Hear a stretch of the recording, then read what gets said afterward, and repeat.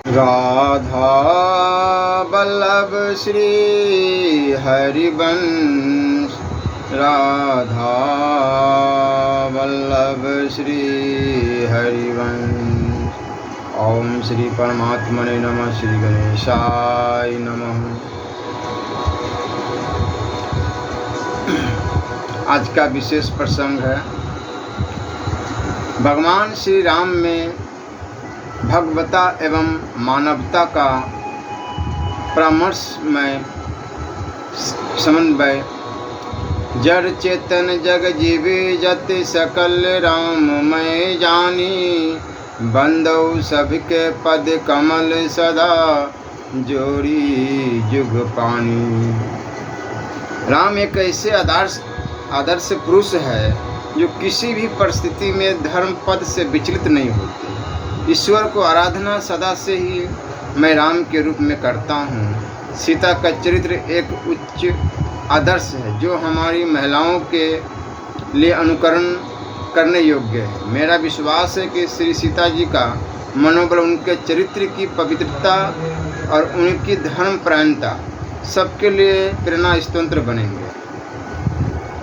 यह हमारी संस्कृति की एक महान देन और हमारे ऋषि मुनियों के दिव्य ज्ञान नेत्र द्वारा अनुभूत सत्य है, जो वे मानव मात्र में ही बंधु तत्व के दर्शन नहीं करते। चेतन अचेतन प्राणी पदार्थ मात्र में केवल बंधु तत्व के ही नहीं, अपने आत्मा के यहाँ तक कि भगवान के दर्शन करते हैं तथा सबको अनन्य भाव से प्रणाम करने की बात कहते हैं। श्रीमद् भागवत में आया है कि यह आकाश, वायु और अग्नि, जल, पृथ्वी, ग्रह, नक्षत्र, प्राणी, दसों दिशाएं, वृक्ष, लता, नदी, समुद्र सभी श्री हरि के शरीर है। सभी रूपों में स्वयं भगवान ही प्रकाशित है। यह जानकर सभी को अनन्य भगवत भाव से प्रणाम करें। गोस्वामी तुलसीदास जी महाराज कहते हैं,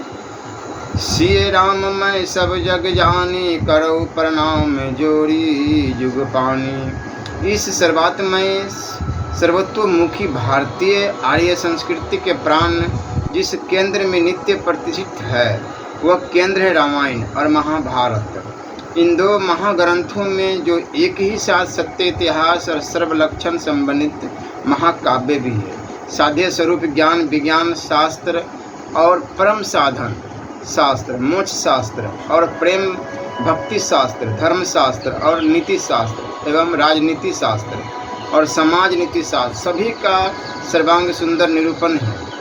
इन महान ग्रंथ रत्नों ने अनन्य पुराण शास्त्रों के सहयोग से भारत के अमर ज्ञान भंडार वेद और उपनिषद, आगम और दर्शन शास्त्रों के अमूल्य सुधासार का संकलन करके उसे सर्वग्राही, सरल तथा सर्वकर्कश भाषा सौंदर्य से सजाकर बड़े ही विशद रूप में प्रवाहित किया है। इसी से समाज के उत्तम स्तर की आध्यात्मिक संस्कृति साधारण स्तर तक में अबाध रूप से अक्षुण्ण बनी हुई है। सहस्त्रों वर्षों से इस विशाल भारत महादेश के सभी प्रांतों के महान आचार्य, महाकवि, धर्मनेता, महाराष्ट्र नायक, महान राजनीतिक विशारद एवं समाज व्यवस्थापक सभी इन महाग्रंथों के आदर्श से उद्दीप्त तथा अनुप्रमाणित होकर अपनी अपनी असाधारण प्रतिभा के द्वारा समाज को विभिन्न प्रकार से लाभ पहुंचाते रहे और सभी श्रेणियों के नर नारियों के हृदय, मन तथा व्यवहारिक जीवन में इनकी अनुपमय अमित छाप पड़ी हुई है। रामायण तथा महाभारत के भगवान श्री राम एवं श्री कृष्ण के महान दिव्य रूप में सनातन भारत के नित्य सत्य स्वप्रकाश आत्म पुरुष की ही सर्वचित्त चमत्कारी अनंत चिंत्य महिमा से मंडित लीलामय अभिव्यक्ति है। इन दोनों के चरित्रों में पूर्ण भगवता एवं पूर्ण मानवता का परामर्शमय समन्वय है। श्री राम और श्री कृष्ण परिपूर्णतम भगवान हैं और साथ ही पूर्ण मानव भी है। उनके लीला चरित्रों में जैसे एक और भगवता का अशेष वैचित्र्यमय लीला विलास है, वैसे ही दूसरी ओर मानवता का परमोत्कृष्ट कृष है। अनंत ऐश्वर्य के साथ अपरिसीम मार्दिम, अनंत वीर्य के साथ मुनि मनमोहन अनुपम नित्य नव सौंदर्य, वज्रवत न्याय कठोरता के साथ कुसुमवत प्रेम कोमलता, विश्व व्यापनी विशाल यश कीर्ति के साथ निस्सीम समयक निर्भिमान्यता, विचित्र अनंत कर्ममय जीवन के साथ संपूर्ण वैराग्य और उपरति, समस्त विषमताओं के साथ नित्य सहज समता, इस प्रकार अगणित परस्पर विरोधी भावों और गुणों का युगपत विलास है। इन श्री राम और श्री कृष्ण की लीला चरित्रों का श्रद्धा भक्ति के साथ अध्ययन चिंतन तथा विचार करने पर साधारण नर नारी को भी सर्वमय सर्वातीत सर्वगुण सम्मन बनित्य सर्वगुण रहित अखिल नान्त विश्व विख्यात अखिल विश्वव्यापी नित्य विश्वातीत सर्वलोक महेश्वर श्री भगवान को अपने अत्यंत निकट अनुभव कर सकते हैं और उन्हें अपने अत्यंत परम आत्मीय निज जन के रूप में प्राप्त कर सकते हैं। इन मानव लीला विलासी भगवान का चिंतन करते करते मनुष्य सहज ही भगवत भाव से भावित होकर परम दुर्लभ भागवत जीवन की उपलब्धि कर सकता है। श्री राम और श्री कृष्ण के रूप में रामायण और महाभारत ने मनुष्य के उसके अत्यंत सन्निकट अवतारित सच्चिदानंद प्राप्त पर भगवान ने मधुर मनोहर दर्शन कराए और उसको भगवान के अतिशय सानिध्य में पहुंचाकर धन्य कर दिया। श्री राम में भगवान और मनुष्य की, नारायण और नर की दूरी दूर होकर नारायण के अंदर नर के नित्य परिपूर्ण स्वरूप का परिचय प्राप्त होता है। भगवान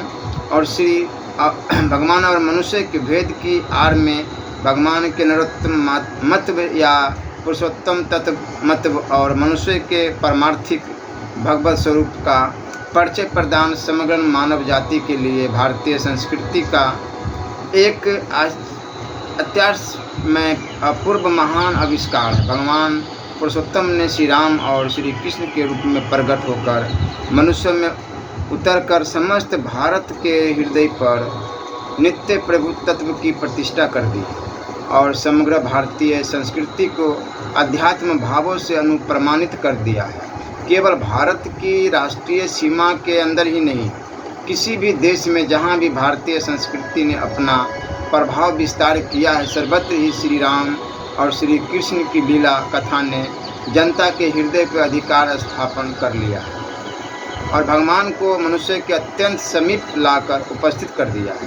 भारत की प्राय सभी भाषाओं में श्री रामचरित्र और श्री कृष्ण चरित्र के आधार पर विविध विचित्र रस साहित्य का सृजन हुआ है। भगवान श्री राम पर श्रेष्ठ साहित्य में मेरी दृष्टि में श्री रामचरितमानस सबसे विलक्षण है। यह बेजोड़ ग्रंथ है।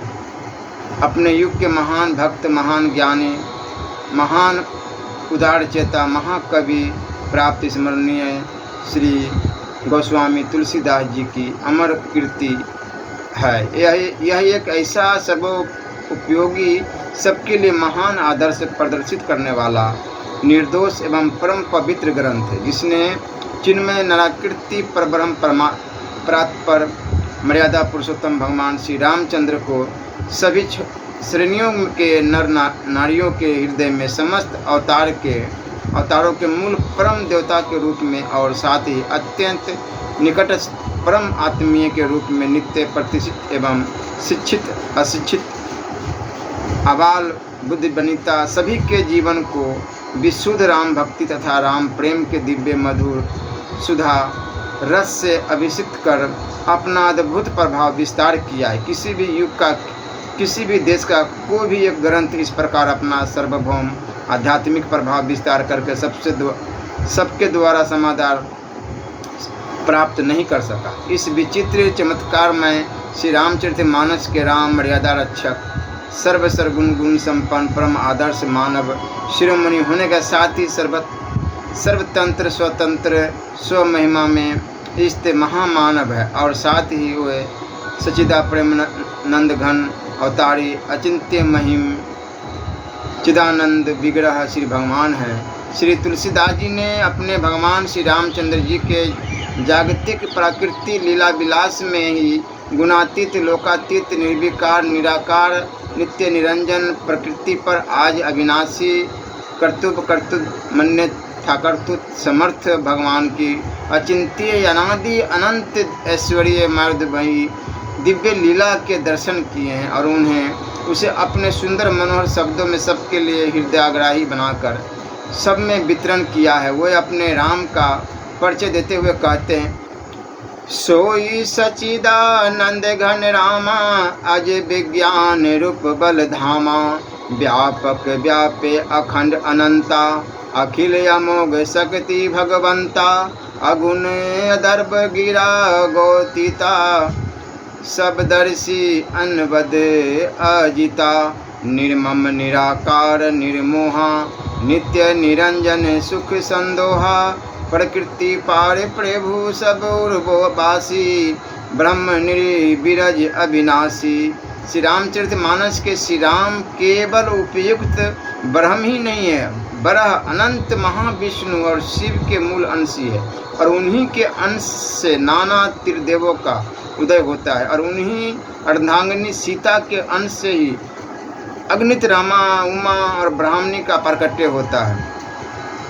शंभु बिरंची विष्णु भगवाना उपजहि जासु अंश ते नाना जासु अंश उपजहि गुण खानी अग्नित लच्छी उमा ब्रह्मानी। इन प्रभु श्री राम का दिव्य मंगलमय शरीर पांच भौतिक नहीं, बड़ा सच्चिदानंदमय सर्वथा निर्विकार माया गुण रहित और स्वच्छा संभुत सत्य नित्य चिदघन विग्रह है। चिदानंदमय देह तुम्हारी विगत विकार जान अधिकारी निज इच्छा निर्मित तनु माया गुण गौ पार सोई सचिदानंद घन कर नर चरित उदार जय सगुण निर्गुण रूप रूप अनूप भूप शिरोमणि। अनन्य राम भक्त श्री गोस्वामी जी ने श्री रामचरित मानस में परमाराध्य भगवान श्री रामचंद्र जी की कृपा से अपने भक्ति पुत्र हृदय के समस्त प्रेम भक्ति रस को छंदोमय सुललित सहज ग्रामीण भाषा में अभिव्यक्त करके अपने परम सेव्य भगवान श्री रामचंद्र जी के लौकिक और अलौकिक गुणों का, उनकी मधुर मनोहर प्राणोन्मादकारी परम आदर्श लीलाओं का और उनके पोषक रूप में उनके एकांतिक सेवक तथा भक्तों के एवं मित्र भवंती तथा शत्रु भवन वित्त लीला सहचरों के अशेष विचित्र चरित्रों का यथास्थान बड़ा ही सुंदर चित्रण किया है। श्री रामचरित मानस के श्रवण मनन और चिंतन से नितांत संसार मलिन असदाचारी विषयासक्त कठोर हृदय मनुष्य भी पवित्र विचार परायण सदाचारी होकर निर्मल प्रेम भक्ति रस धारा से प्लावित हो सकता है। इसमें साधारण नारियों के लिए आचरण करने योग्य पारिवारिक धर्म, सामाजिक धर्म और पूर्ण मानवता के विकास के अनुकूल अन्याय सर्वविध धर्म के आदर्शों का अत्यंत सुनिपुण रूप से सरल भाषा में सरल वर्णन है। इस ग्रंथों में हमें आदर्श गुरु, आदर्श शिष्य, आदर्श पिता, आदर्श माता, आदर्श पुत्र, आदर्श भाई, आदर्श पति, आदर्श पत्नी, आदर्श स्वामी, आदर्श सेवक, आदर्श धर्म नीति, आदर्श समाज नीति, आदर्श सत्यपरायणता, आदर्श त्याग, आदर्श प्रेम, आदर्श सेवा, आदर्श वीरता, आदर्श क्षमा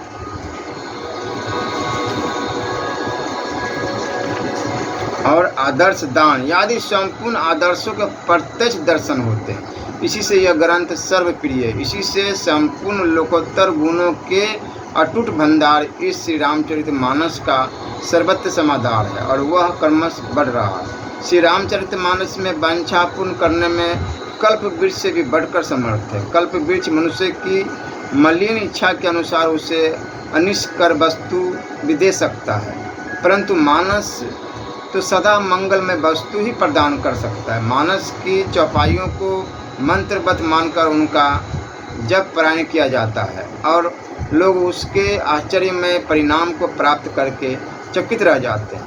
हम ऐसे ग्रंथ रत्न के पारायण हो और भगवान श्री राम की परामर्शमय भगवता एवं मानवता के दर्शन करें। ये दर्शन करने के लिए आप क्या करेंगे? सिर्फ स्वाध्याय करने से थोड़ी ना होने वाला है। मानता हूँ स्वाध्याय करेंगे, आप स्वाध्याय कीजिए, किंतु उन्हें पाने के लिए, ईश्वर प्राप्ति के लिए, भगवत प्राप्ति के लिए केवल एक ही आस है, दूसरा कोई आस नहीं। केवल नाम जप, नाम जप के आश्रय से ही वो पाए जा सकते हैं, दूसरा कोई नहीं। आप सारे ग्रंथ पढ़ ले, पूजा पाठ कर ले, धर्म नीति कर ले, तीर्थों में घूम ले, धामों में चले जाए, कहीं भी चले जाए, कुछ नहीं होने वाला। केवल पुण्य मिले, कुछ नहीं होने वाला। मतलब कि पुण्य आपको जो वहाँ जा गया, आपने दर्शन किया, उसका पुण्य मिले, भगवत प्राप्ति नहीं होगी। भगवत प्राप्ति के लिए आपको केवल नाम जप का ही सहारा लेना पड़ेगा। नाम जप करे, समय मिले, स्वाध्याय करे, तो और आपकी बेहतरीन तरीका से आपका गृहस्थ चलेगा। विश्व इतिहास पर दृष्टि डालें तो मालूम होगा कि प्रत्येक राष्ट्र किसी निश्चित आदर्श पर टिका हुआ है और उसका प्रयत्न अपने लोक जीवन में इस आदर्श को स्थापित करने की ओर रहता है। ग्रीक लोगों ने सौंदर्य भावना की प्रतिष्ठा को, रोमन जनता ने न्याय के आदर्श को स्वीकार किया। स्पार्टा ने शक्ति की आराधना की, कानून के शासन को अंग्रेजों ने प्रधानता दी। इसी प्रकार रोमन युग के पहले हमारे भारतवर्ष में जीवन धर्म से प्रेरित था। इस धर्म में मानव समाज के सभी उत्तम अंशों का समावेश हो जाता था। वेद और उपनिषदों में शाश्वत सत्यों का ही वर्णन तो था, परंतु सामान्य मनुष्य के धरातल पर उन्हें ले आने की आवश्यकता थी। इसलिए पृथ्वी पर सत्य का अवतार श्री राम रूप में हुआ। राम लोकरंजन बने। धर्म भारतीय संस्कृति का एक संकेत शब्द है। मानव जीवन और कार्य में भौतिकता और आध्यात्मिकता के बीच सेतु का काम वह करता है। धर्म मनुष्य को पूर्ण बनाता है, जीवन के समस्त अंगों का समन्वय कराना सिखाता है, व्यक्ति को उन्नत बनाता है और सभी के कल्याण का मार्ग प्रशस्त करता है। रामायण के श्री राम मनुष्य जीवन में धर्म के शासन का समर्थन करने वाले एक आदर्श उदाहरण बन गए। उनके मन में धर्म के प्रति किसी प्रकार की ढिलाई या उसकी क्षति असहन है। राम ने स्वयं अपने लिए भी उग्र आचरण संहिता रची थी और अपने स्वजनों से भी वैसी आचरण ढूंढता की अपेक्षा रखते थे। एक बार दिए जा चुके वचन के पालन में कोई किसी व्यक्तिगत भावना को विघ्न स्वरूप नहीं बनने देते थे। उन्होंने अपनी माता से भी मृदुता के साथ कहा था कि इस समय आपका धर्म आपके पति को सांत्वना देना है। आमरण उपवास की धमकी देने वाले भाई को वो कहते हैं कि यह क्षत्रिय का स्वधर्म नहीं। वाल्मीकि किसी एकाकी सत्य का दर्शन हमें नहीं कराते, बल्कि उनकी कृति में प्रतिबिंबित सत्य असांप्रदायिक और उदार स्तर का है। वह सामान्य जन को उसके दैनंदिन जीवन में स्पर्श करता है। उसके समाज को, उसकी अर्थव्यवस्था और राजनीति के साथ साथ उसकी नीति संहिता को भी स्पर्श करता है। युद्ध और शांति, साध्य और साधन तथा बानर, भालू, यहाँ तक कि गिलहरी जैसे मानवेतर प्राणी को भी स्पर्श करता है। श्री राम के संदर्भ में वाल्मीकि दो अभिव्यक्तियों का उपयोग करते हैं। वे राम को सत्य वाक्य तथा ढूंढ व्रत कहते हैं। जिस प्रकार रीत ब्रह्मांड की व्यवस्था का सूचक है, उसी प्रकार सत्य धर्म का आधार है। मानव के जीवन और आचार से रीत सत्य के संकेत द्वारा अवतरित होता है। यदि मनुष्य सत्य से चले तो ब्रह्मांड डोल उठे।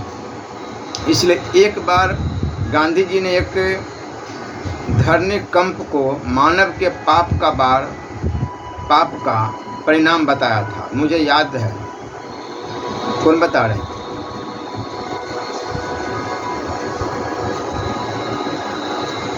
किसी शास्त्र में मैंने पढ़ा था, तमिल कवि कंबन की कृति में हनुमान नाम से कहते हैं कि रावण सीता का स्पर्श नहीं कर सका। यदि उसने उनका स्पर्श कर लिया होता तो आकाश से तारे टूट पड़ते और महासागरों का जल उलट जाता। इस प्रकार विश्व व्यवस्था नीति व्यवस्था पर आधारित होती है, और जब भी मनुष्य धर्म की मर्यादा को तोड़ देता है तब वह आपत्तियों को भी आमंत्रण देता है। श्री राम ने कभी दोहरी नीति नहीं अपनाई। कैकेयी भी इस बात को स्वीकार करती है। राम के जीवन का आधार ही सत्य है। जो वचन एक बार मुख से निकल गया वह उनके मन पवित्र हो जाता है। जब सीता जी ने उनसे पूछा कि दंडकारण्य के राक्षसों से विरुद्ध लड़ने आप क्यों जाते हैं, तो उन्होंने उत्तर दिया, मैंने ऋषियों को वचन दिया है और प्राण तक हो जाए तो भी मुझे अपने वचन का पालन करना ही होगा। अपने प्राण सीता या लक्ष्मण को भी छोड़ना पड़े तो मैं छोड़ दूंगा, पर अपने दिए गए वचनों को कभी नहीं छोड़ सकता। जब लक्ष्मण जी ने इंद्रजीत के सामने संधान किया तब अपनी पूरी शक्ति उसमें लगाकर और श्री राम के सत्य से उसे अनुप्राणित कर शस्त्र छोड़ा। मानव जीवन में सत्य की प्रतिष्ठा करने के लिए कोई भी बलिदान देने को वह तैयार थे। पिता से उन्होंने माता कैकेयी को दिए गए वचनों का पालन करने का ही साग्रह अनुरोध किया। सत्य और वचन पालन के सामने उन्होंने राजगद्दी को तुच्छ माना। धर्म के सिक्के की एक ओर सत्य है, दूसरी ओर त्याग। धर्म पर अडिग रहने के राम के अटल निश्चय को भरत की 1000 युक्तियाँ और महर्षि जावली की अनेक युक्तियाँ भी नहीं डिगा सके। लोक उपवाद को शांत करने के लिए श्री सीता जी का जो त्याग उन्होंने किया उसमें भी राम की विरक्त भावना ही प्रकट होती है। सीता की पवित्रता की ओर कोई उंगली न उठा सके, इसके लिए उन्होंने सीता को अग्नि परीक्षा में उतरने दिया। मनुष्य अपने जीवन में शुद्ध और सच्चा रहे यही पर्याप्त नहीं, जगत को भी इसका पता चलना चाहिए कि वह शुद्ध और सच्चा है। जगत को नीति और धर्म के राजमार्ग पर ले जाने का यही एक उपाय, दूसरा कुछ नहीं। आज भी नीति भ्रष्टा की शक्तियाँ हमारे समकालीन जीवन में बवंडर बनकर उतर रही है, हमारे दृष्टिकोण विकृत कर रही है, हमारे आधार स्तंभों की ही हिला दे रही है। इस समय हमारे सनातन धर्म के चिरंजन आदर्शों के प्रतीक श्री राम के चरित्र से हमें अपने जीवन के लिए प्रेरणा प्राप्त करनी चाहिए। आज जिस भारत के प्रति हम गौरव का अनुभव करते हैं वह रामायण के बिना कभी नहीं बन सकता था। रामायण की दीप्ति के कारण ही पश्चिमी संसार का अनुत्रस्त मानव भारत की ओर मानवता की रक्षा के लिए एकमात्र आशा के रूप में तथा आध्यात्मिक प्रकाश पाने के लिए देखता है। इसलिए केवल नाम जप बहुत जरूरी है। नाम, भगवत प्राप्ति, मनुष्य जीवन जो हम भोग विलास ऐशो आराम चाहते हैं करते हैं वो तो हम देखते हैं, आप भी देखते हो कि पशुओं में भी है, पशु में भी है, पक्षी में भी है, कीट पतंग में भी है। सभी खाना, भोजन, पानी, बच्चे पैदा करना ये तो सभी करते हैं। मानव के लिए मानव सबसे हट के बनाया गया, क्योंकि मानव उसके लिए नहीं बना कि भोग विलास करे, ऐशो आराम करे और जिसके लिए आया उसको भूल जाए। केवल भगवत प्राप्ति और उसका एक ही साधन है, केवल नाम जाप। नाम जप से ही भगवत प्राप्ति सुगमतापूर्वक हो जाती है। आप करके देखो, आपको खुद ही पता चलेगा कि भगवत नाम में क्या शक्ति है। श्री राधा वल्लभ लाल की